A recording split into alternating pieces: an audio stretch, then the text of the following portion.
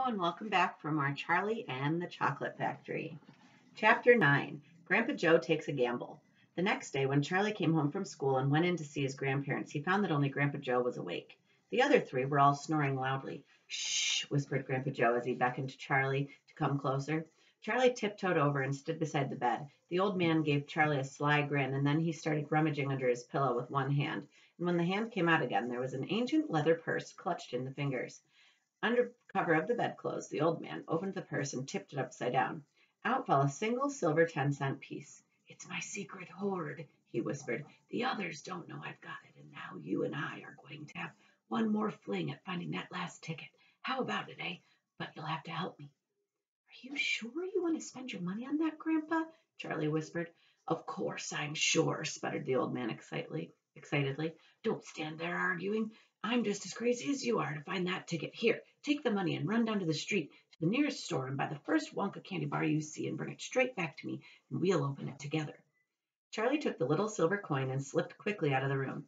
In 5 minutes he was back. "Have you got it?" whispered Grandpa Joe, his eyes shining with excitement. Charlie nodded and held out the bar of candy. "Wonka's Nutty Crunch Surprise," it said on the wrapper. "Good," the old man whispered, sitting up in the bed and rubbing his hands. "Now come over here and sit close to me, and we'll open it together. Are you ready?" "Yes," Charlie said, "I'm ready." "All right, you tear off the first bit." "No," Charlie said, "you paid for it. You do it all." The old man's fingers were trembling most terribly as they fumbled with the candy bar. "We don't have a hope, really," he whispered, giggling a bit.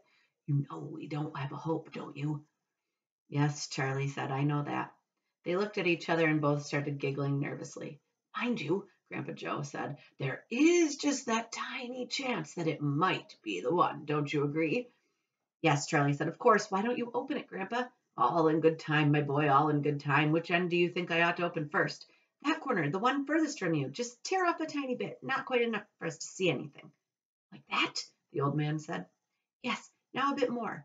"You finish it," said Grandpa Joe. "I'm too nervous." "No, Grandpa, you must do it yourself." "Very well, then. Here goes." He tore off the wrapper. They both stared at what lay underneath. It was a bar of candy, nothing more. All at once, they both saw the funny side of the whole thing, and they burst into peals of laughter.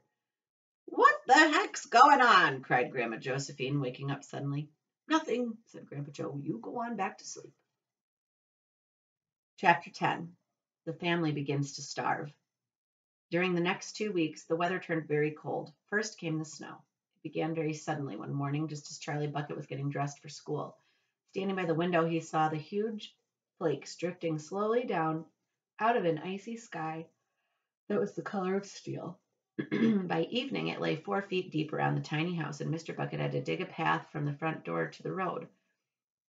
After their snow, there came a freezing gale that blew for days and days without stopping, and oh, how bitter cold it was. Everything that Charlie touched seemed to be made of ice, and each time he stepped outside the door, the wind was like a knife on his cheek. Inside the house, little jets of freezing air came rushing in through the sides of the windows and under the doors, and there was no place to go to escape them. The 4 old ones lay silent and huddled in their bed, trying to keep the cold out of their bones. The excitement over the golden tickets had long since been forgotten. Nobody in the family gave a thought now to anything except the 2 vital problems of trying to keep warm and trying to get enough to eat. There's something about very cold weather that gives one an enormous appetite. Most of us find ourselves beginning to crave rich, steaming stews and hot apple pies and all kinds of delicious warming dishes, and because we're all a great deal luckier than we realize, we usually get what we want, or near enough. But Charlie Bucket never got what he wanted because the family couldn't afford it. And as the cold weather went on, he became ravenously and desperately hungry. Both bars of candy, the birthday one and the one Grandpa Joe had bought, had long since been nibbled away, and all he got now were those thin, cabbagey meals 3 times a day. Then all at once the meals became even thinner. The reason for this was that a toothpaste factory, the place where Mr. Bucket worked, suddenly went bust and had to close down. Quickly, Mr. Bucket tried to get another job, but he had no luck. In the end, the only way in which he managed to earn a few pennies was by shoveling snow in the streets. But it wasn't enough to buy even a quarter of the food that 7 people needed. The situation became desperate. Breakfast was a single slice of bread for each person now, and lunch was maybe half a boiled potato. Slowly but surely, everybody in the house began to starve, And every day little Charlie Bucket, trudging through the snow on his way to school, would have to pass Mr. Willy Wonka's giant chocolate factory. And every day as he came near to it, he would lift his small pointed nose high in the air and sniff the wonderful sweet smell of melting chocolate. Sometimes he would stand motionless outside the gates for several minutes on end, taking deep, swallowing breaths as though he were trying to eat the smell himself. "That child," said Grandpa Joe, poking his head up from under the blanket one icy morning. "That child has got to have more food. It doesn't matter about us. We're too old to bother with. But a growing boy, he can't go on like this. He's beginning to look like a skeleton."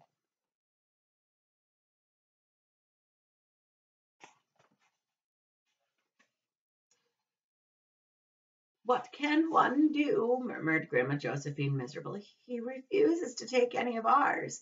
I hear his mother tried to slip her own piece of bread onto his plate at breakfast this morning, but he wouldn't touch it. He made her take it back." "He's a fine little fellow," said Grandpa George. "He deserves better than this."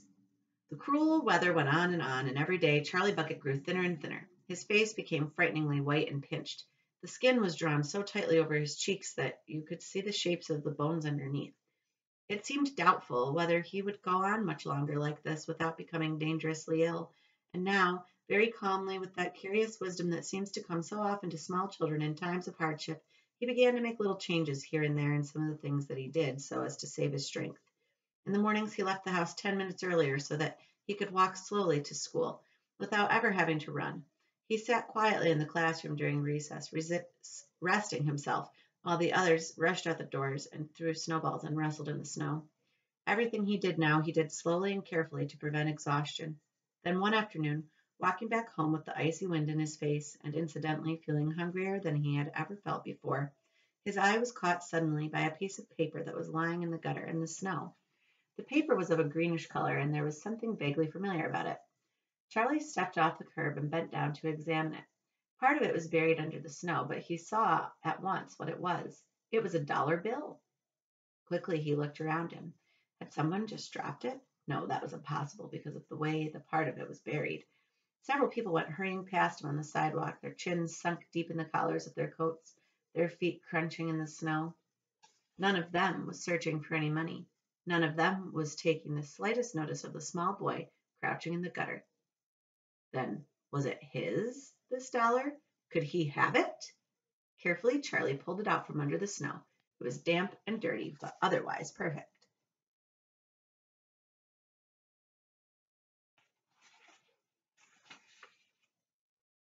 A whole dollar.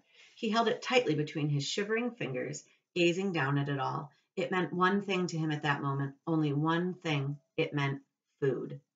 Automatically, Charlie turned and began moving toward the nearest shop. It was only 10 paces away. It was a newspaper and stationery store, the kind that sells almost everything, including candy and cigars. And what he would do, he whispered quickly to himself. He would buy one luscious bar of candy and eat it all up, every bit of it, right then and there. And the rest of the money he would take straight back home and give to his mother. Chapter 11 is called The Miracle. We'll have to see what that miracle is tomorrow.